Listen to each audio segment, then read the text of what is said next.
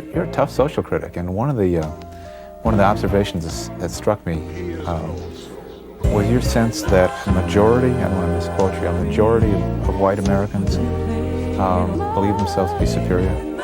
Oh, absolutely. But I think the worst part of that is that there are lots of black people who believe ourselves to be inferior. I mean, that's the kind of stuff that I'm talking about in this Black People and Self-Esteem book, that which is called Soul to Soul. But I think that that's how deep white supremacy is in our nation. That, and often, you know this, Ken, that often white people will meet a black person who completely challenges every racial stereotype that they've ever had.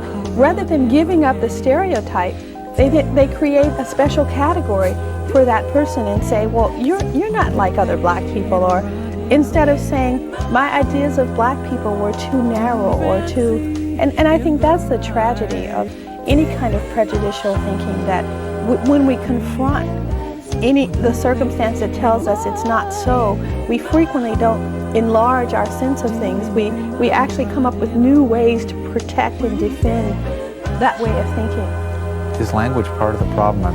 You use the word white supremacy, and I know there was an incident in which you were on a panel with two black men who sort of mocked you for using that phrase. And I find it such a helpful phrase, because what I like about white supremacy is I think it does encompass black self-hate. You know, it encompasses, how do you call a little kid who's dark-skinned, who's, washing themselves with bleach? You can't say this kid is a racist in the classical sense of prejudicial views against people of color or black people, and yet somewhere that child has learned that there is something wrong about themselves and they should correct it.